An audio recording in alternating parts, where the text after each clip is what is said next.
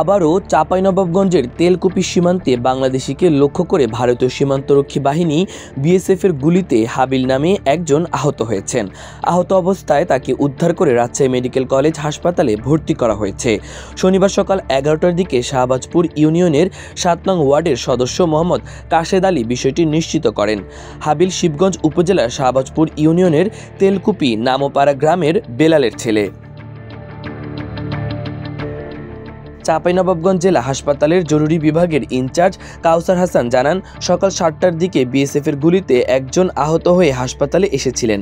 পরে তাকে প্রাথমিক চিকিৎসা দিয়ে রাজশাহী মেডিকেল কলেজ হাসপাতালে রেফার করা হয়েছে। হাবিলের বুকের এক অংশে গুলি লেগেছে বলেও জানান তিনি। হাবিলের পরিবার জানায়, ভোরে শিবগঞ্জ উপজেলার তেলকুপি সীমান্তের পাশে জমিতে কাজ করছিলেন হাবিল। এ সময় হঠাৎই তাকে লক্ষ্য করে গুলি ছোড়ে বিএসএফ।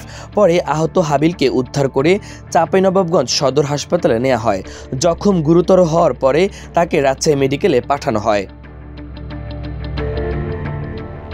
এদিকে বিজিবির মহানন্দ ব্যাটালিয়নের অধিনায়ক লেফটেন্যান্ট কর্নেল গোলাম কিবরিয়া বলেন, শনিবার ভোররাত আনুমানিক 3:30টার দিকে 7 থেকে 8 জন চোরাকারবারি ভারতে প্রবেশ করে।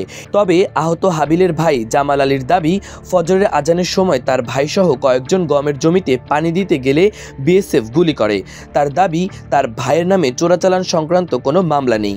হাবিলের ভাবি সুলেখা খাতুন জানান, অবৈধভাবে প্রবেশ নয়, সীমান্তে কৃষিকাজ করার সময় হাবিলকে গুলি করে বিএসএফ। এ বিষয়ে কাশেদ আলী বলেন, এলাকাবাসীর কাছে জানতে পেরেছি, শনিবার ভোররাত আনুমানিক 4টার দিকে গমের ক্ষেতে পানি দিতে যান হাবিল। এ সময় তাকে লক্ষ্য করে বিএসএফ গুলি ছুড়লে আহত হন। তিনি আরও বলেন, হাবিল খুব ভালো ছেলে, তিনি কোনো প্রকার চোরাকারবারির সঙ্গে জড়িত নয়, এমনকি তার নামে কোনো মামলাও নেই। মাহবুবুর রহমান ইমন, আমার দেশ।